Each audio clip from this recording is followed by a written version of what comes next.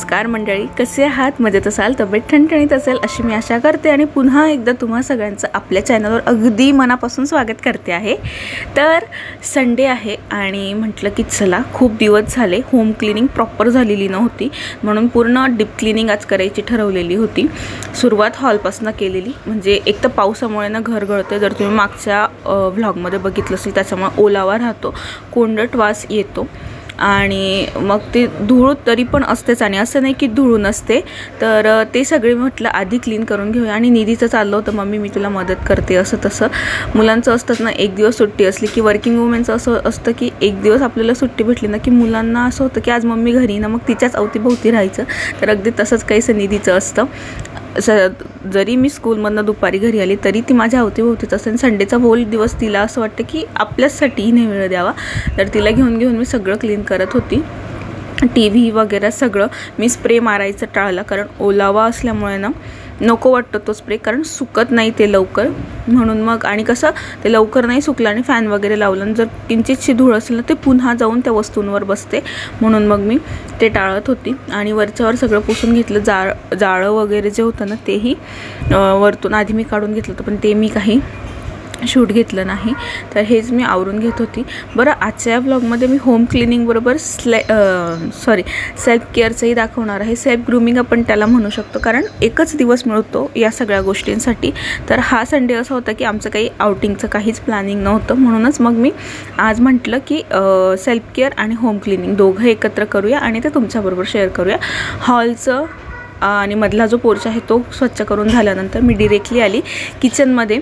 किचनचं पण भरपूर असं मला, म्हणजे तुम्ही या आधीचे माझे व्हिडिओ बघितले असतील की किचन अगदी व्यवस्थित ठेवायचे। आताही माझा प्रयत्न असतो, पण वेळेनुसार मी ते मॅनेज करत असते आणि मग तसंच जसं होईल तसं वरच्यावर हात फिरवते। पण आज म्हटलं सगळं व्यवस्थित ठेवून द्यावं, तर भांडी वगैरे जी सुकलेली होती, ह्या दिवसाची भांडी लवकर सुकत नाही स्टँडमध्ये ठेवून, तर ते सगळे सुकल्यानंतर ठेवून दिले फ्रीजवर। मी नेहमी म्हणते की मला फ्रीजवर पसारा अजिबात आवडत नाही, पण आता झालं असं की नाईलाज असतो, त्यामुळे थोडाफार पसारा होऊनच जातो। पण म्हटलं आज तो पसारा कुठल्याही कंडिशनमध्ये मला उचलायचं आणि सगळं फ्रीज जे आहे ते अगदी स्वच्छ करून घ्यायचं आहे।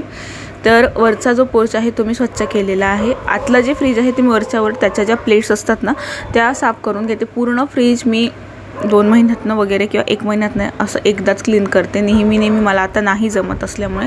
तर वरच्यावर पण पुसणं होत असतं, 8 दिवसांनी म्हणा 15 दिवसांनी म्हणा, जसा वेळ मिळेल तसं, कारण जास्त धूळ जर साचली ना फ्रीजवर तेही चांगलं दिसत नाही आणि फ्रीजचा कलर डार्क असल्यामुळे ते धूळ लगेच उमटून येते, म्हणून ते वरच्यावर क्लीन करणं गरजेचं आहे।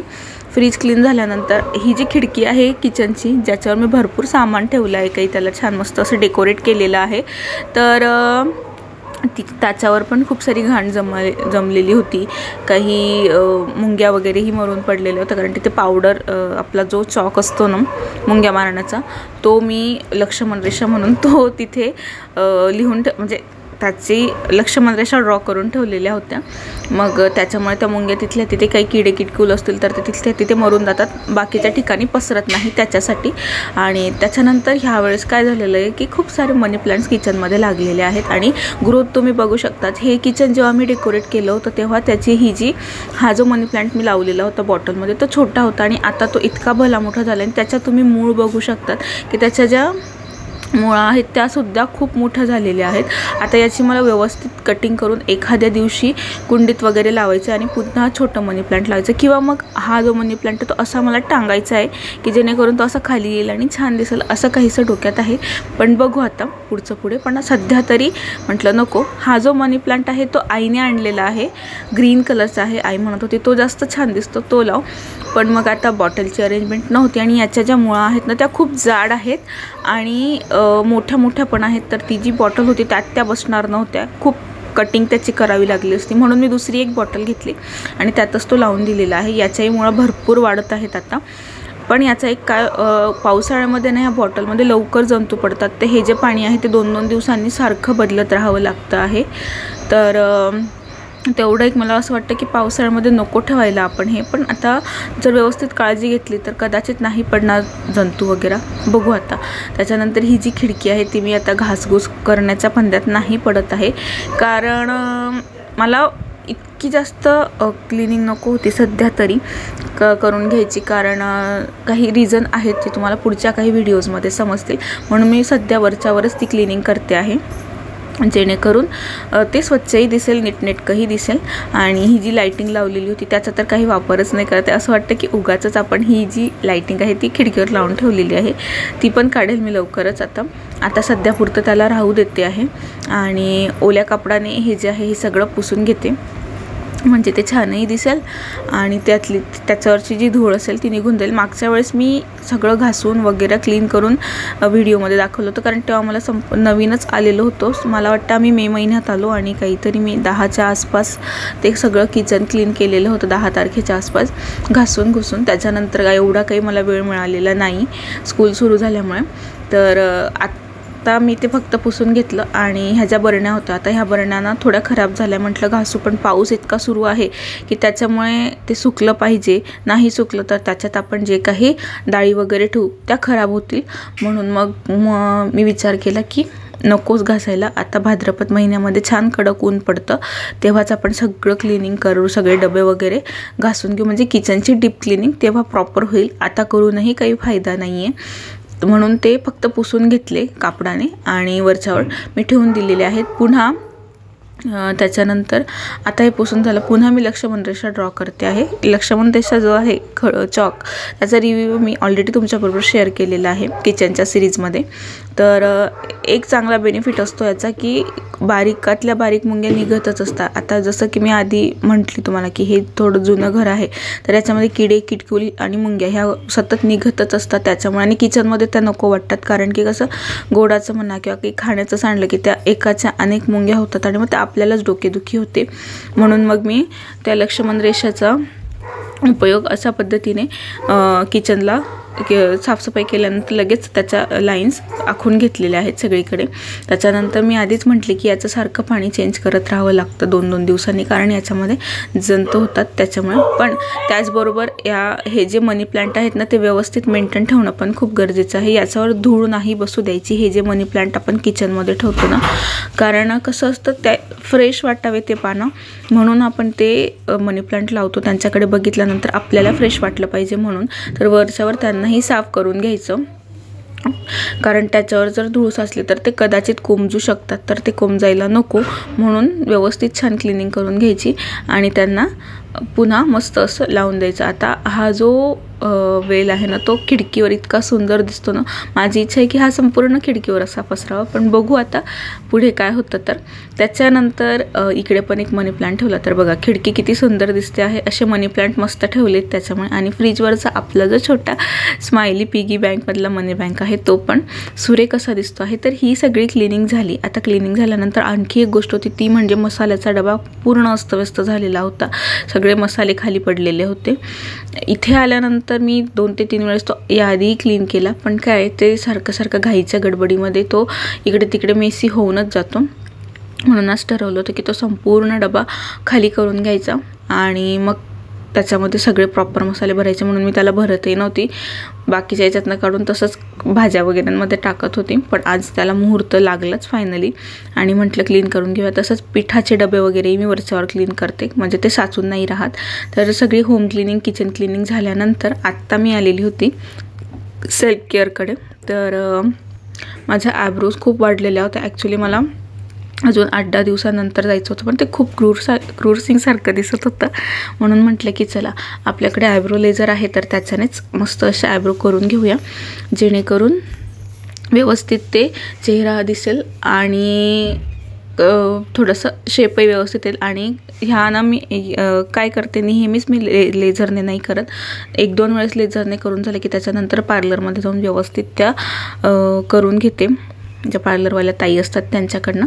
म्हणजे कसं त्याचा व्यवस्थित शेप असतो. मग नंतर आपण लेझरने केलं 1-2 वेळेस की तेव्हा पण त्या छानच दिसतात आणि विशेष करून एकदम ब्रॉड दिसतात. मला ब्रॉड आयब्रोज जास्त आवडतात. तर त्याच्यामध्ये मी अप्पर लिप्स वगैरे पण करून घेतलेले. आणि बघा लगेच चेहऱ्यामध्ये किती फरक पडतो आयब्रोज वगैरे केल्यानंतर. याच्यानंतर ही गोष्ट मला खूप दिवसांपासून तुमच्याबरोबर शेअर करायची आहे. म्हणजे जवळजवळ 1-1.5 वर्ष झाले डोक्यात विचार आहे की करूया शेअर, पण थोडं ऑकवर्डनेसमुळे मी नाही करत होते. पण म्हटलं ठीक आहे आज करूनच टाकूया. टाकूया. तर असे कोण टीथ क्लीन करतं, जिथे रूट कॅनल वगैरे करून देतात ना, मी तर कधी गेलेली नाही आहे रूट कॅनल करायला डॉक्टरांकडे, की त्याच्यात असे टीथ पांढरे शुभ्र होऊन जातात. तर माझी टीथ पांढरे शुभ्र ठेवण्यासाठी मी नेहमी कोळशाचा उपयोग करते. कोळसा असतोच, आपल्याला विकत मिळतो आणि तो काही खराब नसतो, लाकडाचा तो कोळसा असतो. तर तो कोळसा आहे ना, छोटासा तुकडा घ्यायचा त्याचा आणि आपल्या ज्या दाताच्या शिरा असतात ना त्याच्यामध्ये उभा असा घासायचा. म्हणजे जर त्या शिरांमध्ये पिवळापणा साचलेला असेल तर तो निघून जायचा. आधीच्या काळामध्ये दंतमंजन म्हणून काळ्या रंगाची आणि लाल रंगाचं असं दंतमंजन मिळायचं, आताही मिळत असेल माहीत नाही. तर त्या काळ्या मंजनने आपण दात घासायचं, म्हणजे आपल्या आजी वगैरे घासताना तुम्ही बघितलं असेल तर तसंच काही. आणि मला हसू याच्यासाठी येत होतं कारण ते भूतासारखं दिसायला लागलं. तर त्याच्याने छान संपूर्ण दातांवर कोळसा घासून झाल्यानंतर एकदा ब्रशने क्लीन करून घ्यायचं. जर दातामध्ये काही अडकलेलं असेल तर ते निघून जातं आणि म्हणजे काळा कोळशाचा काही कण अडकलेला असेल तर तो निघून जातो आणि दात एकदम व्यवस्थित पांढरे शुभ्र दिसायला लागतं. मला भरपूर जण विचारतात की तुझे दात इतके पांढरे शुभ्र का असतात. आता व्हिडिओमध्ये ते दिसणार नाही पण रिअलमध्ये पांढरेच दिसतात. तर हेच राज आहे की मी ते 8-10 दिवसातनं व्यवस्थित असे छोट्याशा कोळशाच्या मदतीने क्लीन करून घेत असते. तर तुम्ही इथे बघू शकतात मस्त असे दात पांढरे शुभ्र झालेले तुम्हाला दिसत असेल. तर आता पूर्ण अंघोळ वगैरे झाल्यानंतरचा हा व्हिडिओ आहे. आणि आफ्टर ग्रूमिंगचा चेहरा एकदम छान होऊन जातो, फ्रेश पण खूप वाटतं. तुम्ही माझा आधीचा फेस बघितला, म्हणजे आत्ता थोड्या वेळापूर्वीचा फेस बघितला थांब बाळा आणि आताचा बघत आहात तर फरक लगेच जाणवतो.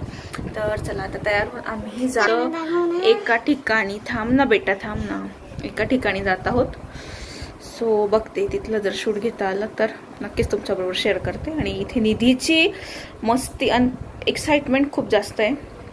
ठीक आहे, आत्ता फ्रेंडशिप डे असल्यामुळे आमचं असं काही प्रॉपर प्लॅनिंग नव्हतं, पण बाहेर गेलो आणि त्या उशीर झाला. मग त्याच्यामुळे आम्ही ठरवलं की बाहेरच जेवण करूया. तर एक रॉयल डायनिंग हॉल म्हणून आहे टॉवर चौकामध्ये, तर तिथे आलेलो होतो. इथली थाळी आम्ही पहिल्यांदा ट्राय करत होतो. त्याच्या शेजारी आर्या डायनिंग हॉल म्हणून आहे, तिथे आम्ही नेहमी जात असतो. तर इथली थाळी काहीतरी 150 रुपयात थाळी असते. आय थिंक अनलिमिटेड थाळी आहे. तर थाळीमध्ये 3-4 प्रकारच्या भाज्या आहेत, गुलाबजाम, दही, कोशिंबीर, पापड होता. निधीचं चाललं होतं आईस्क्रीमसारखं दिसत होतं म्हणून खायला. वरण असतं, शेवटी भात मिळतो. भाज्या मला वाटतं 2 पातळ भाज्या आणि 1 कोरडी भाजी होती. 1 मटकीची भाजी, दुसरी बटाट्याची भाजी होती आणि ती जी आहे ती फ्लॉवरची भाजी होती. आणि तिकडे स्वीटमध्ये फक्त गुलाबजाम होता. त्याच्यानंतर साध्या 2 पोळ्या दिल्या सुरुवातीला. त्याच्यानंतर भाकरी दिली बाजरीची आणि पुरणाची पोळी असते आणि पापडसुद्धा असतो. तर जेवण ओव्हरऑल छान होतं. तर आजचा व्हिडिओ मी इथेच संपवते आहे. तुम्हाला आजचा व्हिडिओ कसा वाटला मला नक्की कमेंट करून सांगा. चॅनलवर पहिल्यांदा असाल तर आठवणीने चॅनल सबस्क्राईब करा. भेटूया एका नवीन व्हिडिओमध्ये. तोपर्यंत काळजी घ्या. Bye bye.